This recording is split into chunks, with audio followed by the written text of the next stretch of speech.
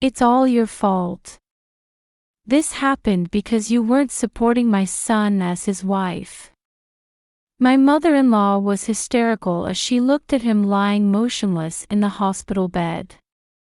I was so shocked that her words cut deep into my heart, and I was consumed with guilt. My husband had recently become a freelancer, but his business wasn't going well. Then, out of nowhere, he was in a traffic accident and fell into a vegetative state. One day, as time passed without him waking up, the visiting doctor called me into a separate room right after finishing his examination. His expression was stern, as if deep in thought. I tensed up, wondering if my husband's condition had worsened. However, what the doctor whispered to me was different from what I had expected. "Contact this number immediately," he instructed, and then, in an urgent voice, told me something unbelievable. Upon hearing it, my body began to shake involuntarily, and I rushed out of the room. My name is Mariel, and I'm 42 years old. I work as a freelance interior designer. I've been married to Travis, who's the same age as me, for 2 years. He used to work for a housing company, and we met while working together on a project. When we first met, he seemed serious, and being somewhat shy, I didn't talk to him much. But he actively started conversations with me, which helped us become close. We would go out for meals as colleagues, but when he confessed, "Would you go out with me?" our relationship changed. After a long courtship, we got married. Given our age, people often assume we've been married longer, and they're surprised to learn it's only been 2 years. Along with marriage talk, the topic of children often comes up. When people occasionally ask if we have children, neither Travis or I have the luxury of time due to our busy work schedules. Being freelance, I don't have set holidays. While Travis typically has weekends off, we haven't been able to go on any trips together lately. While I wouldn't mind going out, I was content just meeting for dinner and talking about our day. We're both fine with not having children, but my mother-in-law seemed displeased about it. My in-laws run a family medical clinic that's been passed down through generations, but due to certain circumstances, Travis didn't become a doctor. Perhaps my mother-in-law wanted us to have children to continue the family legacy. Though she never said it directly, I could sense that atmosphere. My mother-in-law has disliked me from the start, regardless of the child's situation. She's extremely devoted to Travis. While parental love is normal, her attachment seemed to go beyond typical parent-child boundaries. She viewed me with hostility as the woman who had seduced her precious son. Even during our marriage greeting, she glared at me constantly and wouldn't properly respond when I tried to talk to her. Because the atmosphere became tense whenever we met, despite living nearby, we gradually stopped visiting the in-laws. My path to becoming an interior designer was largely influenced by my parents. They both worked in architecture, and admiring them made me want to do something related to home building. After graduating university, I worked for an interior design company, but after turning 30, I started my own business and have been working as a freelancer ever since. The project where I met Travis was one I took on shortly after becoming freelance. We got married when we both turned 40, and around the same time, he quit his job at the housing company. He became an independent interior coordinator. However, that business wasn't going well.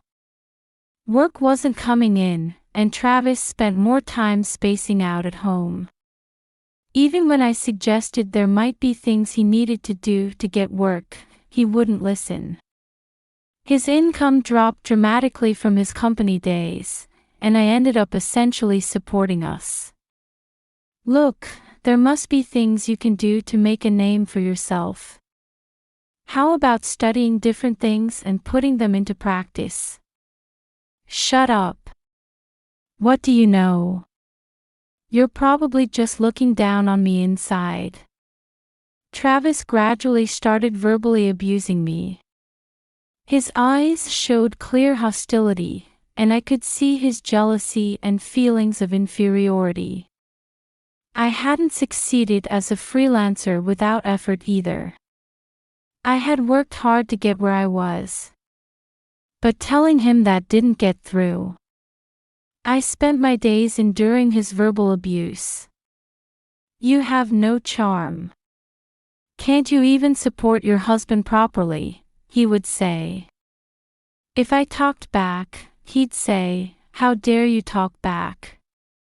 You're really an impudent, boring person. He must have been complaining to his parents too, because they would often call me and unreasonably yell, how could you hurt Travis like that? You're the worst. If anything, I was the one being hurt. I learned that if I stayed quiet and waited for the storm to pass without arguing back, he would be satisfied and return to his room, so I endured it that way. Then suddenly, Travis was in a traffic accident and fell into a vegetative state. My mother-in-law was hysterical, looking at him lying motionless in the hospital bed. It's all your fault. This happened because you weren't supporting him as his wife. Even though I knew somewhere in my mind that what my mother-in-law was saying was wrong, her words cut deep into my heart. The look in her eyes was familiar. It was exactly the same as when Travis would glare at me. Nothing changed in his condition despite my daily visits. Doctor, will my son stay like this forever? When will he wake up? We're doing everything we can, but... My mother-in-law would confront the doctor every time she came to the hospital, and would be disappointed with the responses. Then, seemingly losing patience, one day she said she would take care of him herself and decided to bring him back to their house. We'll take care of Travis, you just provide the money. Oh, and you'll do the housework too. Since Travis's accident, my mother-in-law had been constantly blaming me, saying it was my fault. Eventually, I started blaming myself too, thinking I should have been more supportive of him. So I decided to devote myself to Travis and his parents as they asked. For the next year, I split my time between my home and my in-laws' house, consumed with work and housework. During that time, Travis never opened his eyes once. Maybe he's not waking up because of me. Feeling completely dejected, I would mumble this while staring at his face whenever I visited. Then one day, my father-in-law collapsed and had to be hospitalized. Fortunately, he could be discharged in a few days. Oh, thank goodness. I thought after Travis, now my husband. My mother-in-law said tearfully, temporarily relieved. However, the clinic couldn't function without my father-in-law. So while he was recovering, a doctor was dispatched from the general hospital in the neighboring town to handle consultations. This dispatched doctor came to examine Travis. I was present too, watching quietly from the corner of the room so as not to get in the way. The doctor kept making a complicated face. Was my husband's condition not looking good? Without realizing it, I had clasped my hands together in prayer, and they were damp with nervous sweat. When the doctor finally finished the examination, he looked straight at me and led me to another room. Perhaps there was something he couldn't say in front of my mother-in-law. I tensed up, thinking his condition must have deteriorated that much. However, what the doctor whispered to me was different from what I had expected.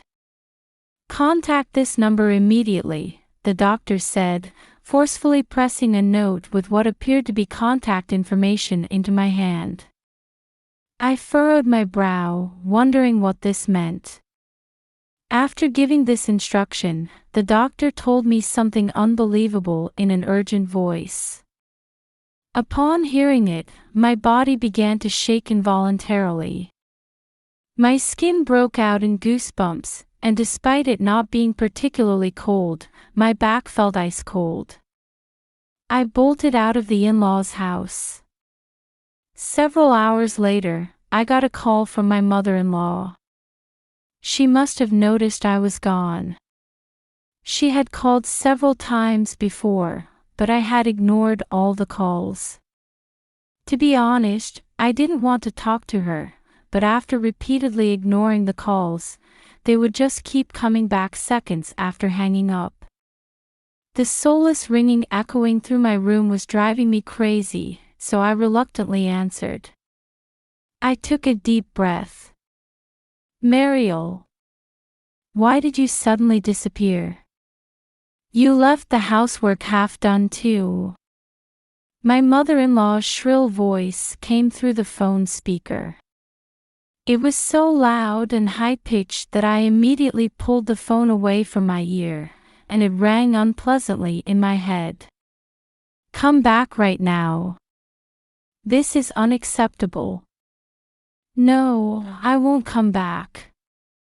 Not just today, but I won't be coming back in the future either, and I won't be providing any more money." "What? What are you talking about?" Taking a deep breath for emphasis, I firmly declared, "I'm divorcing Travis." My mother-in-law fell silent. It was probably only about 10 to 15 seconds, but it felt exceptionally long. She probably couldn't believe that I, who never usually defied her, was speaking so clearly. She seemed to slowly process the words before finally understanding. "I can't believe you would abandon my son in his vegetative state. Do you have no heart? What a terrible daughter-in-law." Nothing she said could touch my heart anymore. The question about having a heart should be directed at them. All the lies had been exposed. "That's not right, is it? Travis isn't in a vegetative state at all, is he?" the person next to me said matter-of-factly. My mother-in-law was surprised by that voice, and I heard her catch her breath. The one who pointed this out was Travis's brother. "Why are you with Mariel?" Her voice was still shrill, but the emotion in it had changed. Her voice, which had been full of anger until moments ago, now contained surprise and panic. Ignoring her question, my brother-in-law sighed in exasperation and began to explain. It turned out that the doctor dispatched to the in-laws' clinic was a colleague of my brother-in-law, who was also a doctor.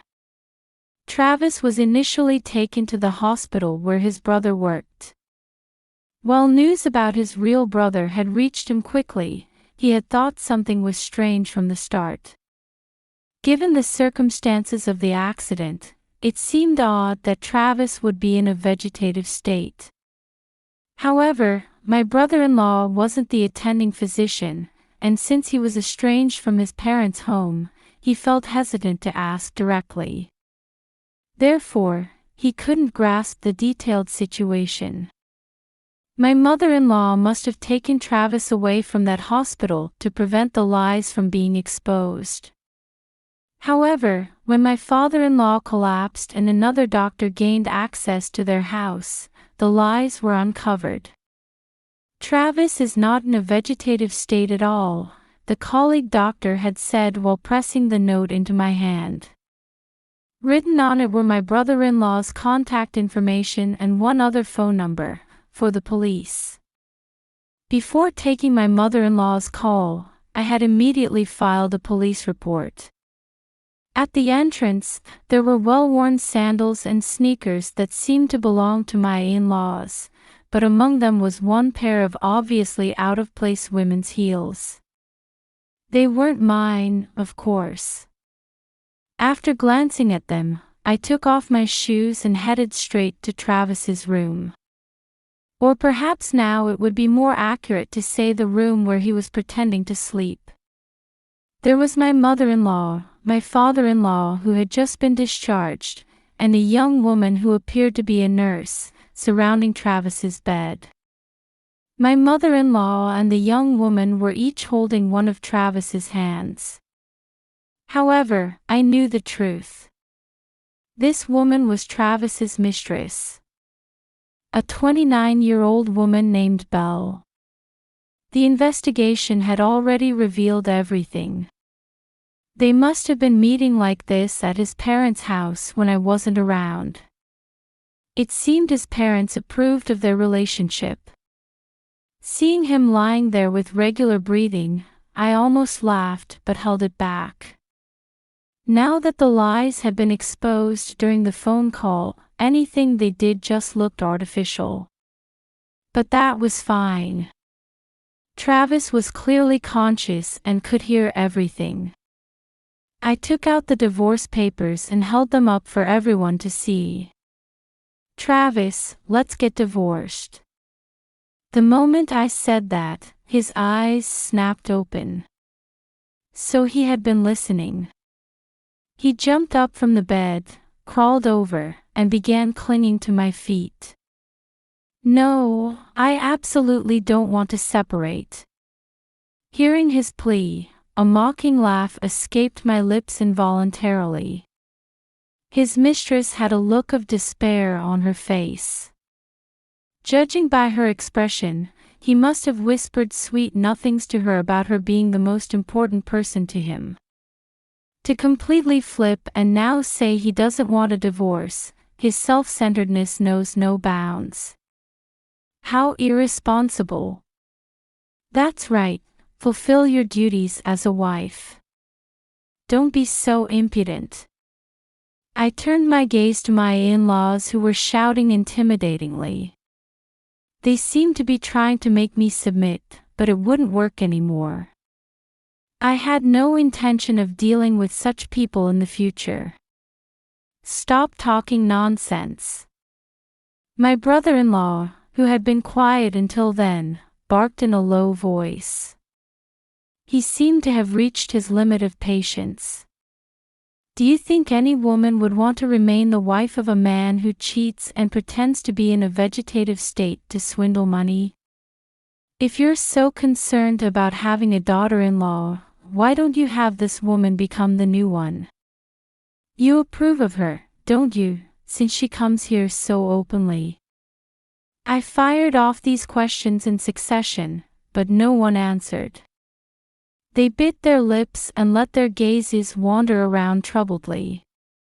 They wouldn't be able to do as they pleased anymore. Give it up. The house is surrounded by police officers, my brother-in-law quietly announced. Everyone looked up at once. They all turned pale with despair, and the sound of chattering teeth echoed through the room.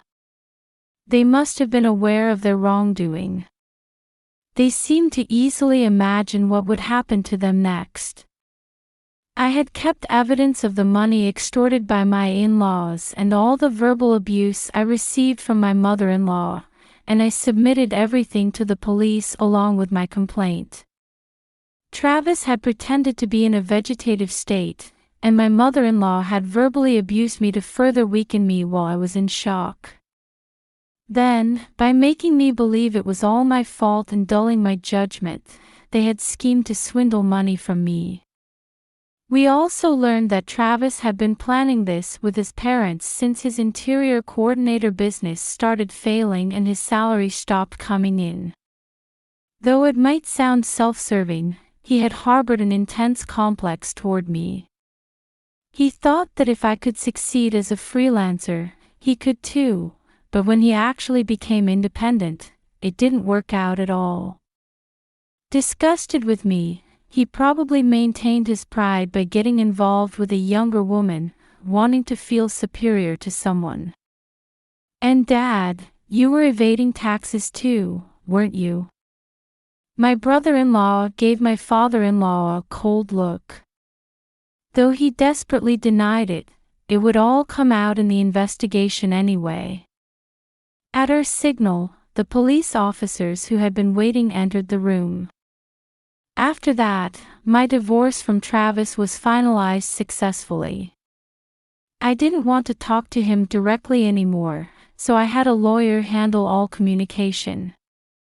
Please give me just one more chance. Can't we talk face to face? Travis wailed, but I firmly refused. Don't contact me anymore. Everything is being handled by the lawyer. After saying just that, I deleted all his contact information. Of course, I didn't forget to block his calls to prevent him from calling me. The investigation revealed massive tax evasion at my father-in-law's hospital. Unable to pay the additional taxes, the hospital went out of business. The rumors spread among local residents, and they would point fingers, saying, "Look, that's the hospital that evaded taxes." Who would have thought? The director seemed like such an honest person, but to think he was hiding such a true nature. Without enough money to move, they now live quietly together, my mother-in-law and Travis, trying to keep a low profile. They will definitely return the money they swindled from me. I mercilessly demanded compensation and repayment of all the money I had given to my in-laws. Of course, I also made sure to get compensation from Belle, Travis's mistress. I don't know what happened to her afterward, but I heard that her parents had to advance the money, and she's now working desperately to pay them back. Travis and his parents, now burdened with massive debt, have fallen on hard times. Given their age, his parents can't hope for re-employment, so Travis is working hard to support all three of them. He gave up being an interior coordinator and is barely getting by working multiple part-time jobs. As for me, I decided to return to my parents' home. Though they knew the circumstances, they warmly welcomed me without asking too many questions, and their kindness touched my heart deeply. I continued working as an interior designer while also helping with my family's business.